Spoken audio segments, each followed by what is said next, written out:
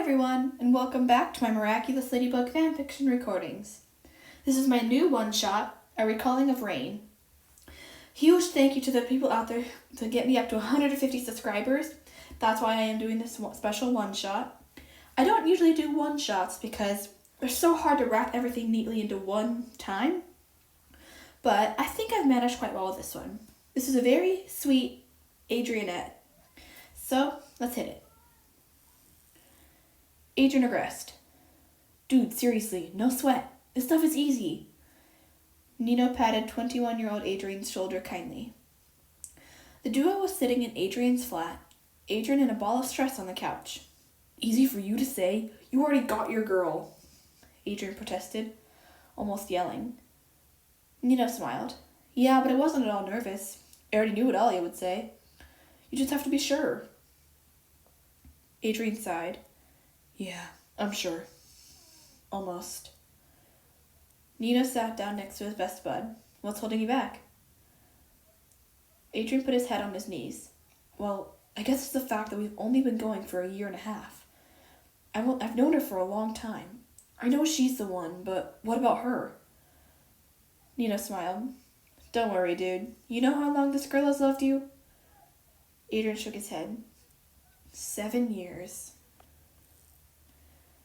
Marinette Dupin Shang. Girls, please, tell me what's going on. Marinette giggled as her best friend handed her a sundress. The 5 girls shook their heads, firmly resolved to silence. Can you tell me why I need all of this? Marinette gestured to her body. Alia, Julika, and Milen had spent the last hour doing Marinette's makeup, while Rose painted her nails and Alex pulled her hair into tight curls, the top braided into a crown. Nope, Alex grinned, relishing this too much. Marinette sighed. Her friends were always up to something, but this was the furthest they'd ever gone. Where's your husband, Alia? Weren't you supposed to have a date tonight? Marinette asked, trying to prod an answer out of her. Yeah, Nina was going to take me to the movies, but something came up. That's why we're here today. The redhead smirked with silent smugness. What about you, Milen? Shouldn't you be preparing for your wedding? Marinette prodded. Milen smiled her sweet and innocent smile. Ivan's got it under control today. There was no way she was getting an answer out of these girls. Alex? The skater shook her head. Rose? Julika? The couple smiled at each other but shook their head. Fine. Marinette snatched the sundress and marched into the bathroom. As she changed, she could hear whispers and snickers and footsteps as a bunch of people left. The bakery door slammed below. Come to think of it, everyone was acting weird. Her parents, her friends, her boyfriend. Heck, even her grandmother knew something. Sighing, she emerged from the bathroom to find everyone but Alia was gone. Wow, girl, you look hot. I wonder what She clapped a hand over her mouth. Marinette raised an eyebrow. So what now? Transform and follow me. Alia grinned, turning into Rena Rouge. Spots on. Ladybug followed Rena Rouge to Francois Dupont High School. What are we doing here? Ladybug detransformed and landed through the window of Miss Boustier's classroom. It's been so long, Marinette murmured, running a finger over her old desk. She turned around. Rena Rouge handed her a piece of paper and left out the window. Alia! Marinette called in playful anger. She unfolded the piece of paper in her hand. Dear Marinette, remember this? The day we met, you convicted me of a crime I did not commit. The door is locked and will unlock when you speak my crime. Have fun. Chaton. Marinette smiled, eyes misting. Oh, Adrian. Wow, that was a long time ago. 7 years today, actually. She hardly remembered their first meeting. What do you think, Tiki? Marinette asked. She was met with silence. Tiki was gone. Marinette groaned. Even her Kwame was in on this? She read over the paper again. A crime he didn't commit. Oh! She ran over to the door. There was a small microphone. I thought you put gum on my seat when it was really Chloe, she said. She was met with a click of the door jamb, and the door swung in a few inches. Marinette laughed and slid open the door, stopping when she heard the paper rustling. There was another slip of paper on the door. She tore it down and opened it. "Oh, that was fun, milady, but here's another. Go to the place where you transformed a lot." "Easy, the bathroom." She headed to the bathroom where she found another note. She giggled. So a scavenger hunt it was. "Well, Adrian, game on." In the library, Marinette found her 7th note.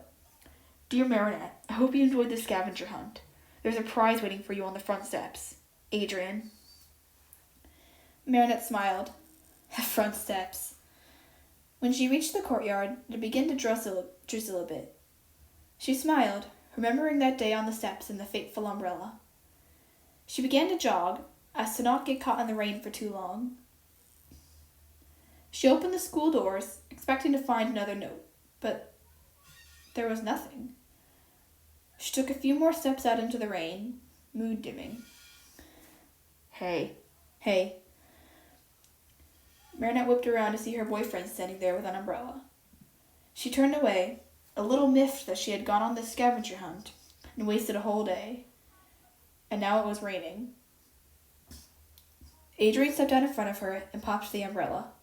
"I just wanted you to know that I was trying to take the gum off your seat, I swear," he said, drop dead serious. Marinette lit up. "You remember the exact words?" she exclaimed, joining him under the umbrella. He handed it to her. "Yeah, how could I forget those words, princess?" He grinned.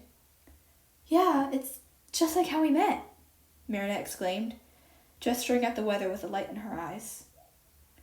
Without warning, Adrian collapsed the umbrella on her head, just like it had that first day. Marinette giggled at his playfulness, but she didn't hear his laughter. She lifted the corner of the umbrella and took a sharp inhale. Adrian Agreste was down on one knee. He took her hand. "Marinette Dupenchang, since the day I first met you, I wanted to be your friend. Later that day we met in the time of crisis, and I could argue I fell in love first." Marinette began to cry, tears spilling down her cheeks. "You are the strongest, most amazing, badass woman I know. If I said any different, you'd fling me across Paris." Marinette gave a laugh, broken by sobs. "You're the hero of Paris, the one who always saves the day. I honestly don't know if I'm worthy of you, but I try every day. You've been burdened by Hawkmoth for a long time, and you carry the fate of Paris on your back. I want to be the one to help you hold you up and carry that weight. We fought for 7 years by each other's side, and I've loved every minute of it. Alia used to tease me for calling you just a friend, but when I realized the real you, my eyes were open to the fact that I had been so blind. I know we've only been together for 1.5 years, but Marinette..." Adrian pulled out a small velvet box and opened it. "My lady, my princess, my love, will you become my partner for life? My other half, my best friend, my wife. Will you marry me?" Marinette dropped the umbrella and collapsed into Adrian's arms, kissing him. "Yes! Yes, 1,000 times yes!" Both heroes began to cry on the steps of the school, in the rain, like that day so many years ago. Adrian slid the ring onto Marinette's finger. It was simple, a diamond set in silver, but to Marinette, it was worth all the money in the world. It stood for the one-of-a-kind relationship between two one-of-a-kind people, bonded by love. These two share a special relationship that no others could ever compare to. That's why they are made for each other. Though it took them many years to find each other, they conquered the task in the end. That is why, dearest friends and family, we are gathered here today to celebrate the union of these two wonderful people. The minister took a breath. And now for the vows. Nino slipped a hand into his pocket, pulling out the 2 rings. The minister took one and handed it to Adrian. "You've written your own vows?" he whispered. Adrian nodded, slipping the ring onto Marinette's finger. He took a deep breath. "Marinette Dupenchang, from the moment I met you, we started off rocky, due to the chewing gum incident. Then Hawkmoth released his first Akuma, and we transformed for the first time. I still remember the look on your face when you crashed into me." The crowd giggled. "Then, the day I fell in love with you, you stood up to Hawkmoth like the badass woman you are and stared him down. We quickly became friends, and now here we are. You are the light of my life. You were there for me when no one else was. You helped me through my darkest time. When my father was arrested and I had no one, you were there. You stood by me through thick and thin, and that's how I knew you were the one. Now it's my turn. I vow to be by your side through your ups and downs. I will be by your side, your support, your helping hand. I promise to love you and only you, till death do we part. I love you, Marinette, and I am forever yours." Adrian handed back the microphone to the priest. Marinette was in tears, trying to hold them back. Adrian gripped her hands tighter. "Don't cry, please. You'll make me cry too." Marinette let out a broken laugh. The minister turned to Marinette and gave her the other ring. She slipped it onto Adrian's finger and accepted the microphone. She took a shaky breath. "Adrian Agreste, it's true the first time we met, I did not like you. But after the umbrella and the rain, my eyes were opened and I saw you for who you were. A boy with a golden heart, full of so much joy and love. After that, I endlessly pined for you, but I couldn't seem to say anything." Marinette's classmates chuckled. "Yeah, I wasn't doing too hot. The only time I could really be myself was as Ladybug. But even then, there were still some holdouts, such as secret identities and such.